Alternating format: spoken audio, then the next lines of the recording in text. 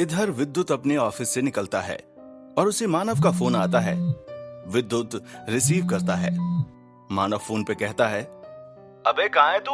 तुझे कुछ याद वाद रहता है या नहीं? विद्युत सोचता है कि वो क्या भूल रहा है। तभी उसे कुछ याद आता है। वो झट से कहता है, हाँ, याद है। तो बता फिर। मानव दूसरी फोन के दूसरी तरफ से पूछता है और विद्युत के जवाब का इंतजार करने लगता है। विद्युत अपने सर को खुजलाता हुआ सोच रहा है। तभी मानव बोलता है, मुझे पता था तुझे याद नहीं रहेगा। अच्छा ठीक है, तुम ही बता दो फिर। विद्युत बोलता है। मानव दूसरी तरफ फोन पे कहता है, आई कांट बिलीव कि तुझे मेरा बर्थडे भी ध्यान नहीं रहेगा। इतना मतलबी है यार। विद्युत अपने माथे पर हाथ मारता है और कहता है, अरे यार, I am sorry, really very sorry. वो काम का प्रेशर इतना था, क्या करूं, भूल गया। अच्छा ठीक है, मेरे प्रेशर कुकर, तू एक काम कर, फटाफट रेडी होकर 10 बजे तक होटल सिल्वर स्टार आजा। बाकी लोग भी आएंगे पार्टी में। मानव कहता है, अरे मगर सिल्वर स्टार होटल तो कितना सुनसान एरिया में, शहर से इतनी दूर पार्टी क्यों रखा तुमने? और वैसे भी रात के 10 बजे उधर तो जल्दी कोई गाड़ी भी नहीं जाती। विद्युत होटल का एरिया याद करते हुए कहता है, क्योंकि होटल सच में काफी सुनसान जगह पर थी। तू बहाने बनाएगा सो बताना। देख ले विद्युत, अगर तू नहीं आया तो ठीक नहीं होगा, मैं केक ही नहीं काटूंगा। मानव विद्युत को धमकी देते हुए कहता है, ठीक है हम आते हैं, ऐसे रोने मत बैठो। इतना कहकर विद्युत फोन रखते हुए सीधे अपने घर के लिए निकल जाता है। रात के 12 बजने वाले हैं। होटल सिल्वर स्टार के हॉल में पार्टी चल रही है। मानव विद्युत के इंतजार में लाल पीला हो रहा है। उसकी नजर हॉल के गेट पर ही है और केक उसके सामने कटने का इंतजार कर रहा है।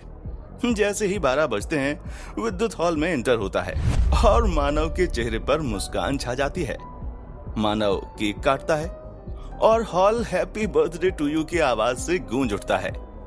विद्युत मानव के पास जाता है और केक का एक पीस उठाकर मानव को खिलाते हुए उसे many many happy returns of the day बोलता है। तभी मानव बोलता है, बेटा अगर 1 सेकंड भी लेट होता ना। विद्युत मानव को गले लगाते हुए कहता है, तुम्हारे जन्मदिन की पार्टी में हम कैसे लेट हो सकते हैं? एक तुम ही तो हो हमारे जिगरी दोस्त। धीरे धीरे पार्टी में शामिल सभी गेस्ट मानव को बारी बारी से केक खिलाते हैं। इधर विद्युत जो एक टेबल पर बैठा हुआ है, उसके अंदर एक अनकंफर्टेबल होने की फीलिंग्स आती है। वो पार्टी हॉल से निकलकर बाहर लॉबी में टहल रहा है। थोड़ी देर बाद उसकी नजर एक आदमी पर पड़ती है। विद्युत की आंखें उसे देखकर गुस्से से लाल हो जाती हैं। विद्युत उसके पीछे पीछे जाता है। वह आदमी बाथरूम में एंटर करता है। विद्युत भी उसके पीछे पीछे बाथरूम में एंटर करता है, जहां और भी लोग हैं। विद्युत एक यूरिनल पर जाकर खड़ा हो जाता है। पास ही दूसरे यूरिनल पर खड़े हुए उसी आदमी की आवाज विद्युत के कानों में पड़ती है, जो फोन पर किसी को डांट रहा है। विद्युत जैसे ही अपने दाहिनी तरफ देखता है, उसे बिल्कुल भी देर नहीं लगती उस इंसान को पहचानने में कि ये तेजपाल है, वही जिसने चंदन को सड़क पर कार से कुचलकर मार दिया था। विद्युत उसकी तरफ देख रहा है। तेजपाल को आभास होता है कि कोई उसको देख रहा है। तेजपाल उसकी तरफ देखते हुए रौबदार अंदाज में बोलता है, क्यों घूर रहा है बे? विद्युत बिना कुछ कहे बाथरूम से बाहर चला जाता है। बाकी लोग भी एक एक करके निकल जाते हैं, जबकि तेजपाल बाथरूम में अभी भी फोन पर बात कर रहा है। तेजपाल चिल्लाते हुए कहता है, वॉचमैन मरे या जिए इससे मुझे कोई मतलब नहीं। मेरी फैक्ट्री के बाहर उसका एक्सीडेंट हुआ है, फैक्ट्री के अंदर नहीं, और मुझे दोबारा फोन मत करना। इसके बाद तेजपाल फोन काट देता है। उसने अभी फोन काटा ही था कि तभी अचानक पूरे होटल की लाइट गुम हो जाती है। पूरा होटल घुप अंधेरे में डूब जाता है। इधर बाथरूम में तेजपाल अपने मोबाइल की टॉर्च ऑन करके अपने हाथ मुंह धो रहा है और विद्युत दबे कदमों से बाथरूम के अंदर आ जाता है और तेजपाल के ठीक पीछे खड़ा हो जाता है। जैसे ही तेजपाल आखिरी बार पानी की बौछार अपने मुंह पर डालता है, विद्युत तेजपाल के गले में तार फंसाकर उसका दम घोंटने लगता है। तेजपाल कुछ बोलने की कोशिश करता है, लेकिन उसके मुंह से शब्द नहीं निकल पाते। उसका दम घुटने लगता है। वो गले पर कसे हुए तार को हटाने की कोशिश करता है। अबे छोड़ साले, तू जानता नहीं तूने किससे पंगा लिया है? तेजपाल इतना ही कहता है कि विद्युत तार को और कस देता है और इसके आगे तेजपाल की हिम्मत ही नहीं होती कि वो कुछ और कह सके। तू चाहे कोई भी हो, हमें फर्क नहीं पड़ता।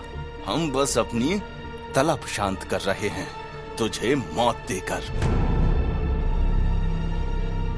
इतना कहकर विद्युत तेजपाल को घसीटता हुआ सबकी नजरों से बचाते हुए पार्किंग एरिया में ले जाता है।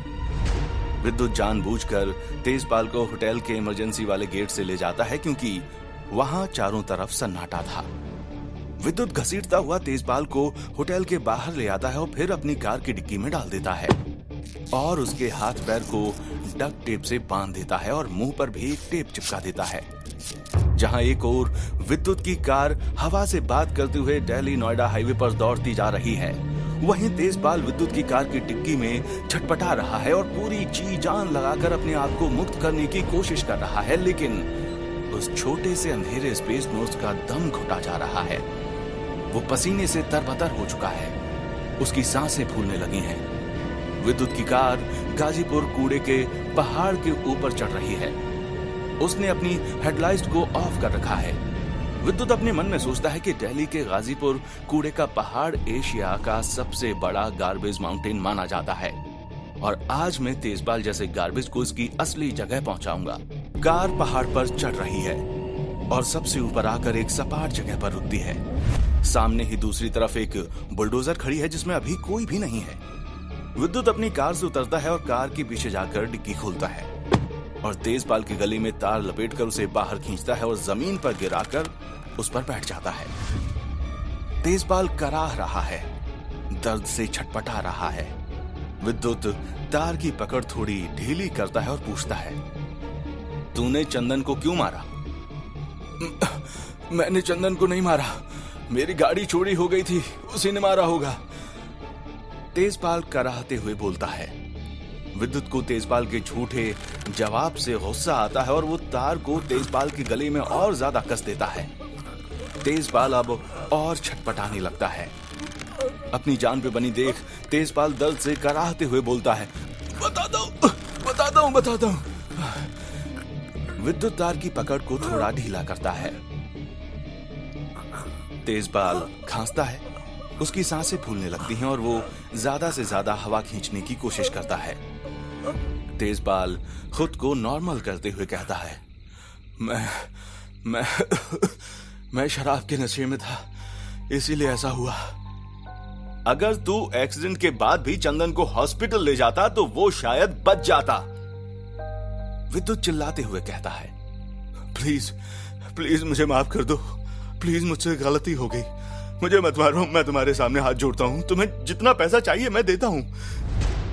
तेजपाल गिड़गिड़ाने लगता है, तुझे माफ करने का हक सिर्फ चंदन के पास है। ये कहते हुए विद्युत उसके गले में तार को टाइट करता जाता है और तब तक कसता है जब तक तेजपाल छटपटाते हुए दम नहीं तोड़ देता। अगले दिन सुबह सुबह गाजीपुर कचरे के ऊंचे पहाड़ पर दिल्ली नगर निगम का एक ड्राइवर बुलडोजर के कचरे को समतल करने की कोशिश कर रहा है। थोड़ी दूरी पर आगे बढ़ने पर उसकी आंखें फटी की फटी रह गईं और उसकी सांस हलक में ही अटक गई जब उसे कचरे के ढेर में दबी हुई तेजपाल की डेड बॉडी का सर और एक हाथ बाहर निकलता हुआ दिखाई दिया। वो डर के मारे चिल्लाने लगा, लाश लाश लाश। ये सुनकर पास ही काम कर रहे दूसरे सफाई कर्मी भी डेड बॉडी के इर्द गिर्द इकट्ठा हो जाते हैं और आपस में कानाफूसी शुरू करने लगते हैं। भाई, किसने मारा होगा इसको? एक आदमी कहता है। अरे सुना नहीं, एक सीरियल किलर घूम रहा है, इतने सारे कत्ल तो कर ही चुका है, ये भी उसी का काम है। दूसरे आदमी ने जवाब दिया, वैसे है कौन ये, जानते हो क्या? देखकर तो नहीं लगता। पहले आदमी ने पूछा और फिर धीरे धीरे वहां पर काफी मात्रा में लोग आ गए और भीड़ जमा हो गई। हर किसी की जुबान पर यही सवाल था कि ये लाश किसकी है और किसने मारा है। देखो, यहां पर कुछ लिखा हुआ है।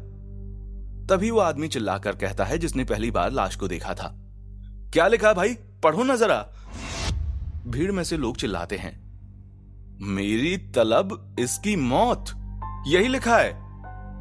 वो आदमी आगे कहता है, जल्दी से पुलिस को खबर करो, देखो इस लाश के हाथ में एक लिफाफा भी है। जहां एक तरफ सुबह सुबह गाजीपुर कचरे के पहाड़ पर गड़ी हुई लाश को देखकर लोगों में बवाल मचा था, वहीं दूसरी तरफ अपने घर में विद्युत ऑफिस जाने के लिए बाथरूम में नहा रहा है। जैसे ही शावर की फुहारें उसके मुंह पर पड़ते हैं, वो आंखें बंद कर लेता है और उसकी आंखों में उसका बचपन जीवंत होने लगता है।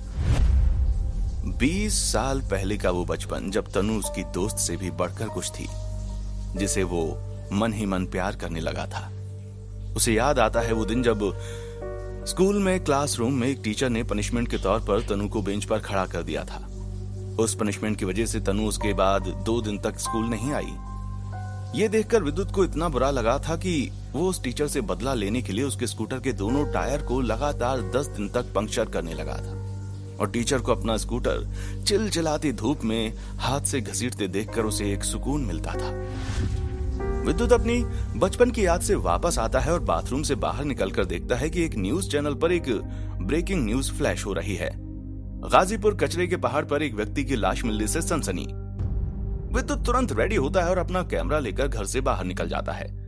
कुछ घंटों बाद गाजीपुर कचरा माउंटेन के पास विद्युत पहुंचता है, जहां आसपास मजदूरों की भीड़ दूर खड़ी तमाशा देख रही है।